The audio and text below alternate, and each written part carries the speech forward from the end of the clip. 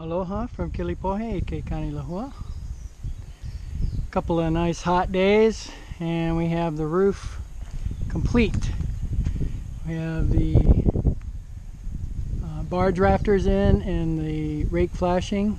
The rake flashing, turns out it just covers up most of the barge rafter, so you can't even see the 2x6 back behind there. But we did that detail there in the rake flashing, so it comes down, goes right along the base of the barge rafter, which is cut flush, or I guess I should say horizontally.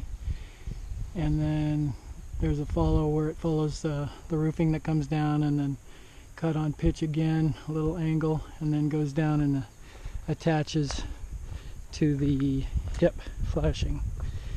It's very common in Hawaii not to put the rake flashing on and to just run the, see if I can give you a view of it. Yeah, that's a pretty good view. What they do is they run the hip flashing up and then tuck it under a piece of roof tin, the first piece of roof tin. They don't use these rake flashings at all. They just use the hip flashing. And as a result, right, I don't know if my finger's in the right spot, but right there where the ridge flashing goes underneath the roofing, it actually causes the roofing to stick up, so there's a big gap there. So we don't have that because we use those rake flashing.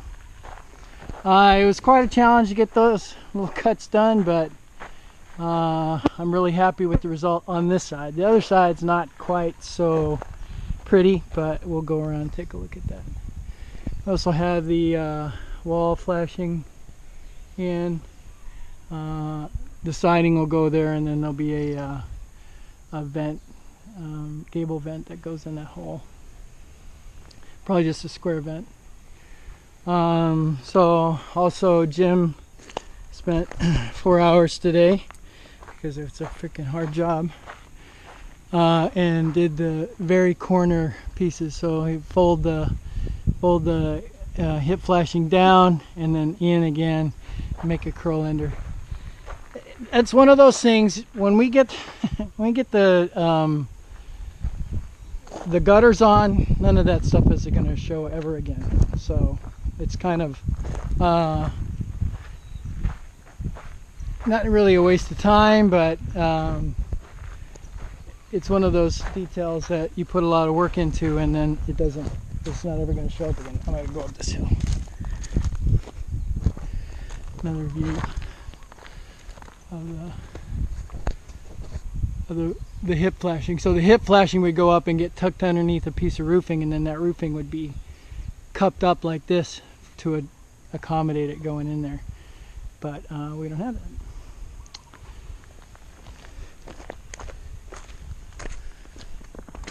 So we'll go around to the back. It looks best now because it's in shadow, but the weather has been really, really warm the last couple of days. Just beautiful sunny weather, which is what you want for working on the roof. You don't want any rain on that stuff. If it's wet, you just slide and fall. Yeah, you can't really even see. But this side, the rake flashing actually sticks down below the barge rafter a little bit, like a ½ inch. That was the plan. I don't know why it didn't work out like that on the other side, but I'm happy with how it did come out. At least both sides are the same.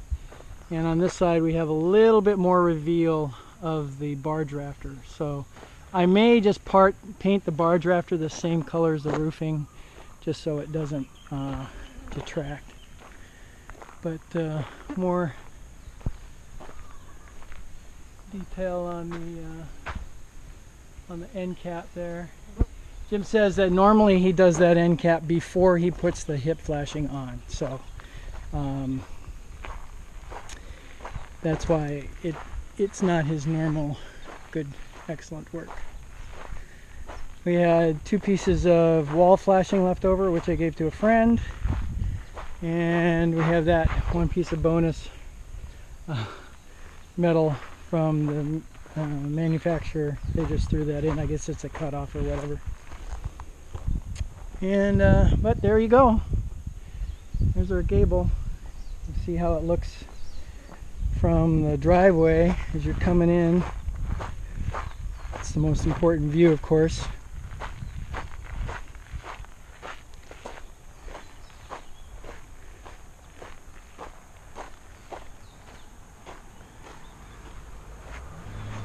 Yeah, I really like that. That's just beautiful. I don't think I would have been happy with just the barge rafters. I really like that rake flashing. I was reminded, by the way, that I didn't mention some key piece of labor that Howoli did during the weekend. You notice Teddy, he's parked all the way back there. He can now drive, and that's all thanks to Howoli. This is all 2 tons of 1.5 inch drain rock that we bought in 2 trips, and she shoveled it all in here.